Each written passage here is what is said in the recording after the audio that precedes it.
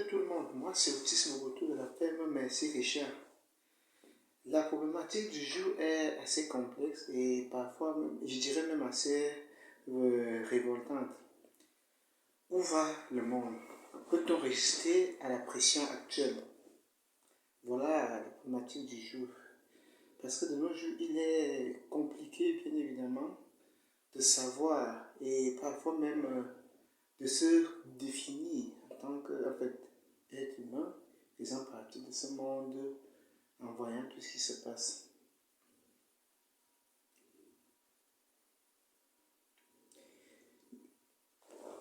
Il est question également de parler ici justement des valeurs. Quelle est la valeur humaine actuellement? Oui, quelle est la valeur humaine? Parce que cette valeur humaine, il me semble qu'elle est remise en question. Je m'explique. Généralement, on sait que lorsque quelque chose est rare, c'est en ce moment-là que les prix sont souvent assez élevés. Maintenant, il me semble que ce n'est que pour les biens matériels, il s'agit par exemple voitures, etc., avions, oui, les maisons, suivant quel quartier, tout ça, là ça coûte plus cher, de par sa rareté. Mais l'être humain, pourquoi l'être humain est-il, en fait, manque-t-il de considération autant? Ça, c'est les questions que je me pose. Et je vous invite également, chers abonnés, à poser cette question-là. Parce que là, vraiment, le bas blesse. Quelle est la valeur humaine actuellement? Est-ce qu'on voit d'écouter les guerres qu'on ne peut pas voir, des guerres qu'on peut voir, des êtres humains qu'on peut tuer, d'autres qu'on ne peut pas tuer? C'est un pays, en fait, où la hiérarchie justement monte la population contre certaines personnes de par leur couleur, de par leur ethnie, de par leur pays, etc. Donc finalement, on est incapable de fabriquer l'être humain. Pourquoi accordons-nous aussi peu d'importance à l'être humain? C'est incompréhensible. C'est vraiment incompréhensible. Et le pire dans tout cela, c'est que les gens observent ce chaos, cette chute, chute libre, je dirais même, du monde, sans faire quoi que ce soit.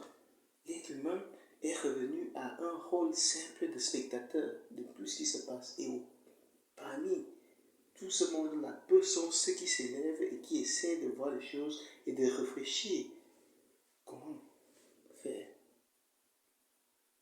Pour ma part, je pense qu'il est impératif de redéfinir quelles sont les valeurs au niveau mondial déjà. Peut-être dans ce sens-là, il y aura peut-être une chance pour que l'être humain dans d'autres pays en ce moment-là puisse être vraiment au centre de tout intérêt. Cela doit venir de plus haut. Et si tel n'est pas le cas, il faut que ça vienne dans le plus bas. Par les populations du monde entier, qu'ils redéfinissent la priorité de leur vie. Est-ce que c'est l'argent ou c'est l'être humain? On nous a vendu le rêve de l'argent, mais la question que je me pose également, combien d'argent faudrait-il avoir pour ne jamais mourir? Avez-vous une réponse à ça?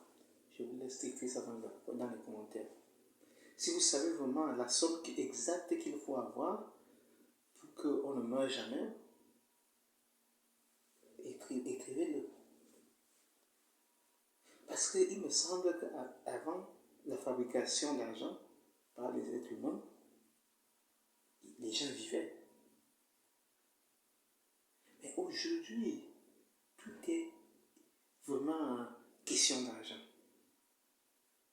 C'est-à-dire que l'argent, j'ai l'impression que l'argent est mis au premier plan, alors que la valeur, l'être humain elle-même est relégué au second plan. En fait, lui-même, pardon. Tant pour moi. Ça, c'est le piège. C'est le piège. À partir du moment où on est capable de reléguer l'être humain au second rang, on crée une forme de poubelle où il y a du foutu. Ça veut dire quoi? Il n'y a plus de conscience. Oui, parce que on peut tuer l'homme, on peut faire ceci, on peut faire tout et n'importe quoi. Pourquoi? Parce qu'il n'y a pas un cadre où on dirait, je voyais récemment, on disait qu'il il fallait pas, par exemple, essayer des tests scientifiques dans les êtres humains. Mais pourquoi on le fait dans d'autres pays? Pourquoi on le fait dans d'autres populations? Pouvez-vous me dire? Est-ce que certaines populations sont plus importantes que d'autres, alors que ce ne sont que des êtres humains? C'est aberrant, c'est incompréhensible. Où va dans le monde? Comment acceptons-nous les êtres humains que nous sommes? Comment acceptons-nous de voir la population, les valeurs, tout ce qui est de plus important, que peu importe la foi, peu importe en quoi nous croyons, mais d'une certaine manière, on arrive à la même vérité de l'importance de l'être humain. C'est la raison pour laquelle nous en sommes incapables de fabriquer avec des pièces comme on fabriquerait une voiture. Mais pourquoi si peu de considération? Pouvez-vous m'expliquer? Si vous avez des explications, n'oubliez pas, mettez-les dans les commentaires. On va en discuter prochainement en fait, pour la prochaine vidéo. C'est dramatique ce qui se passe. C'est dramatique. Vous savez qu'il ne faut pas simplement aller faire des grandes études pour comprendre cela ou bien pour faire un constat dramatique justement de la situation. On n'a pas besoin de diplômes, on n'a pas besoin de quoi que ce soit pour faire ce constat-là. Mais on voit toujours que les mêmes choses ne font que se passer.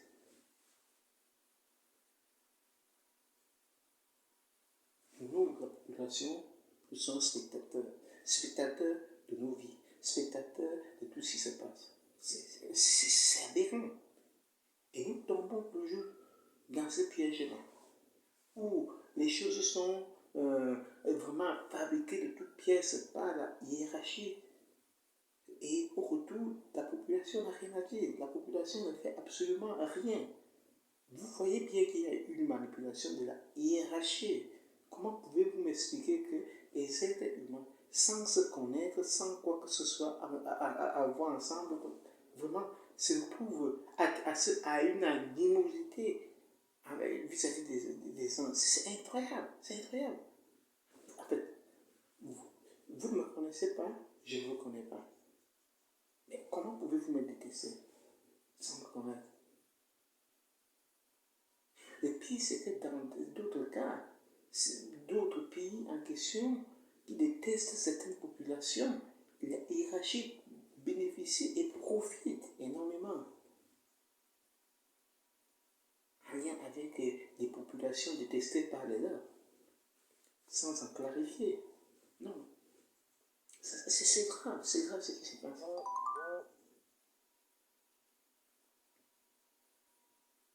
Il est vraiment primordial que les gens se réveillent, que les gens comprennent cela. Et que, je ne sais pas, je prends l'exemple, un pays tel que, je ne sais pas, la France, la Suisse ou bien n'importe quel pays. Vous ne pouvez pas détester les gens de par leur couleur de peau alors que ce sont des êtres humains tels que vous. Non. La mondialisation voudrait qu'il y ait tellement d'échanges entre les pays, les États. Ce que vous mangez ici vient peut-être, a été fabriqué ailleurs, a été produit ailleurs. Mais vous ne mangez pas. Pourquoi vous ne dites non pas qu'on ne mange pas ça? Parce que les gens qu'on n'aime pas, c'est eux qui ont fabriqué ça. Pourquoi vous dites ça? C'est incohérent. Lorsque vous n'aimez pas une personne, vous n'aimez pas aussi ce qu'il a. C'est ça qu'on appelle dans l'hypocrisie. Oui, voilà l'hypocrisie. La vraie hypocrisie est là. La vraie hypocrisie est là. Il est temps pour tout un chacun, au XXIe siècle que nous sommes, d'apporter une attention particulière à ses convictions personnelles, à ses projections. Je pense que pour nous autres, le plus important n'est pas simplement de haïr des gens sans les connaître, ou bien de dire quoi que ce soit, ou bien de faire un buzz éventuel. Non, c'est simplement de demander à toute personne capable de raisonnement. Mais bon, même quand je parle de raisonnement, c'est déjà trop dit. Parce que de nos jours, l'argent est plus important que la raison. On a raison. Lorsque d'autres ont beaucoup d'argent, c'est lui qui a raison. Vous voyez, on voit le monde. Donc, la vérité, lorsqu'on a plus d'argent, ce qu'on dit est vrai, même si c'est faux. Vous voyez. Tant que nous continuons justement à rester spectateurs de cette vie, à rester spectateurs de tout ce qui se passe, comment nous attendons, en fait, comment attendons-nous à un changement? C'est impossible. Il n'y aura pas de changement. Il n'y aura pas. Si seulement vous ne vous réveillez pas, il n'y aura pas de changement.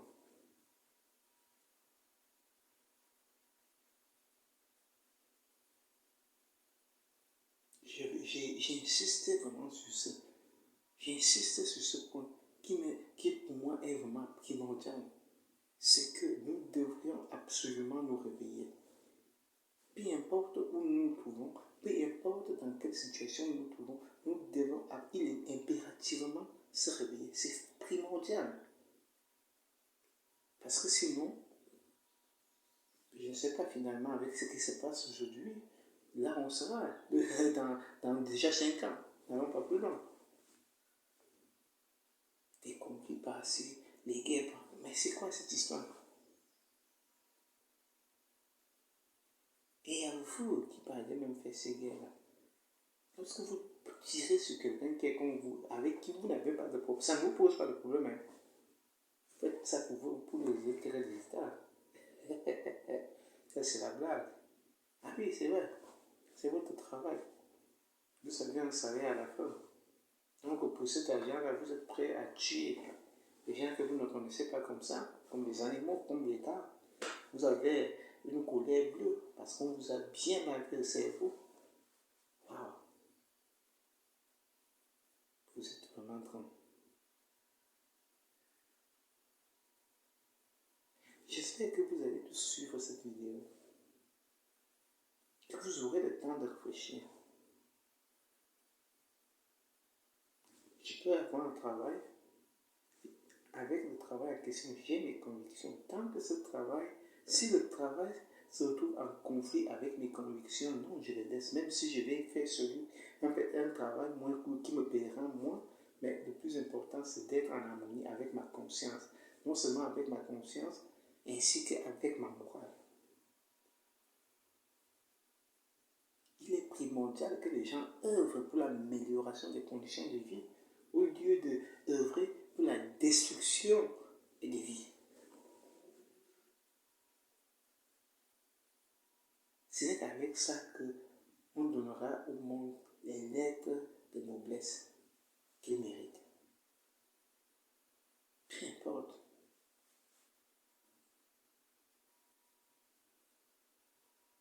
Donc, j'espère vraiment, avec cette vidéo, que ça va amener beaucoup de personnes à la raison.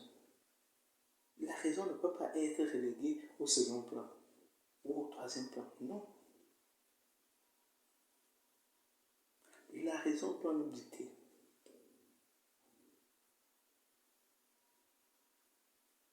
Lorsque nous avions d'une part la raison, d'autre part la morale, si on met les deux, on arrive à l'amélioration des conditions de vie des uns et des autres.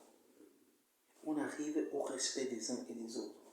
On ne peut pas réclamer le respect alors qu'on est à l'opposé de la raison. C'est pas possible.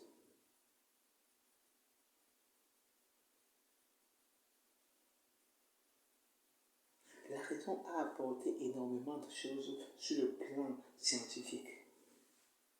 Maintenant, cette raison est en train d'être détruite par l'argent. Est-il normal?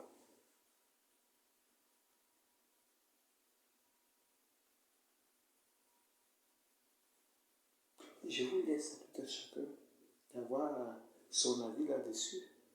Et si vous avez d'autres idées, et si vous n'êtes pas d'accord avec la vidéo, pas besoin d'insulter. Il faut rester courtois. J'estime que les gens qui suivront ces vidéos en question auront au moins la capacité rationnelle qu'il faut pour être capable justement de débattre. Vous pouvez écrire, vous pouvez donner des pistes justement d'amélioration. Pas besoin des injures. Ciao.